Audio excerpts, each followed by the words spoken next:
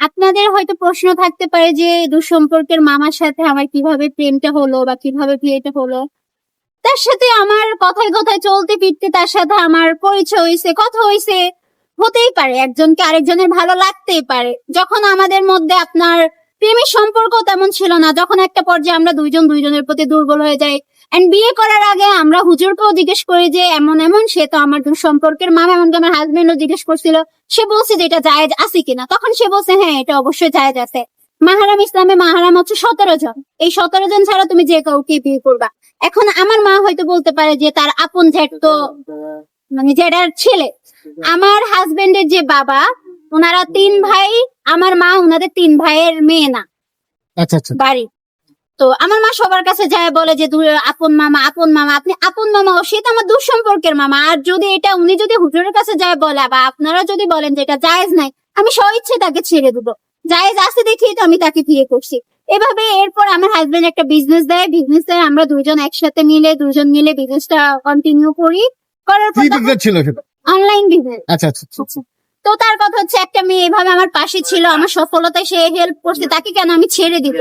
তখন আমরা ভাবলাম, এর মাঝখানে আমার ফ্যামিলিতে তার আর আমার সম্পর্কটা নিয়ে অনেক ঝামেলা হইতো। আমার মা আমাকে অনেক মারধর করতো যে তুই এই ছেলের সাথে সম্পর্ক রাখবি না। এক পর্যায়ে গিয়ে জোর করে মানে আমার উপর অনেক জুলুম করা হয়, যেটা আমার মা করছে। আমি আমার হাজবেন্ডকে বলছি তোমার আমাকে বিয়ে করতে হবে যত তাড়াতাড়ি সম্ভব। দেন আমরা ডিসিশন নেই যে বিয়ে করবো। আমার হাজবেন্ডও বলছে আচ্ছা ঠিক আছে, কারণ সে বিজনেস করে, তার ইনকামও আছে, তার আমাকে রাখার মতো অ্যাবিলিটি আছে। সে আমাকে এখন হয়তো আমার মায়ের সব ঝামেলা করার কারণে সে অবশ্যই আমাকে ঢাকা রাখতো, তার কাছে রাখতো, আমরা ঢাকায় রাখতাম। সে ফ্ল্যাটও নিছিল, সবকিছু ঠিক করছিল, বাট আমার মা কোনো কিছু করতে দেয়নি। ঝামেলা করে একের পর এক আমাদের এই পর্যন্ত আপনার 3টা সংসার হয়েছে। 3টা সংসারে আমার মা ভেঙে দিতে, সব জায়গায় গিয়ে আমরা জিনিসপত্র সবকিছুই কিনছি। মানে কোথায় কোথায় প্রথমে কিভাবে পালিয়ে গেলেন সেই ঘটনাগুলো একটু বলেন না। পালিয়ে গেছি বলতে আপনার আমি বাসা থেকে গিয়েছিলাম আমার মায়ের সাথে। এখন আমাদের প্ল্যানিং হয়েছে আমরা বিয়ে করবো, ঠিক আছে। আমার হাজবেন্ড কাগজপত্র সব রেডি করে রাখছে। তারপর চাঁদপুর কোর্টে গিয়ে আমি সাইন দেই, ও সাইন দেয়। এরপর ওখান থেকে আমরা ঢাকায় চলে আসি দুজন মিলে। চলে এসেও বাসা নিচ্ছিল, আমরা বাসায় ছিলাম। বাসা ভাড়া নিতে নেওয়ার পরে কতদিন ছিলেন?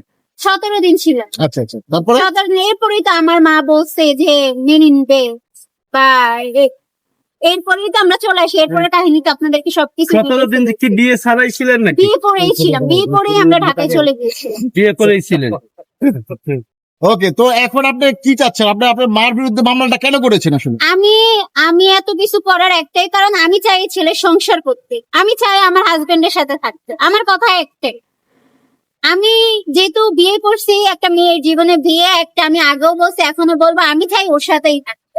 তো মার বিরুদ্ধে মামলা করার কারণটা কি? মার বিরুদ্ধে যে উনি হুমকি দিতেছে, আমি চাই না তার জেল হোক, আমি চাই না আমার মার কোনো রকম কোনো সমস্যা হোক। মামলাটা করার এটাই কারণ যাতে সে বুঝে যে না, মেয়েটা চাইতেছে সংসার করতে, আমি মেয়েটাকে সংসার করতে দিই।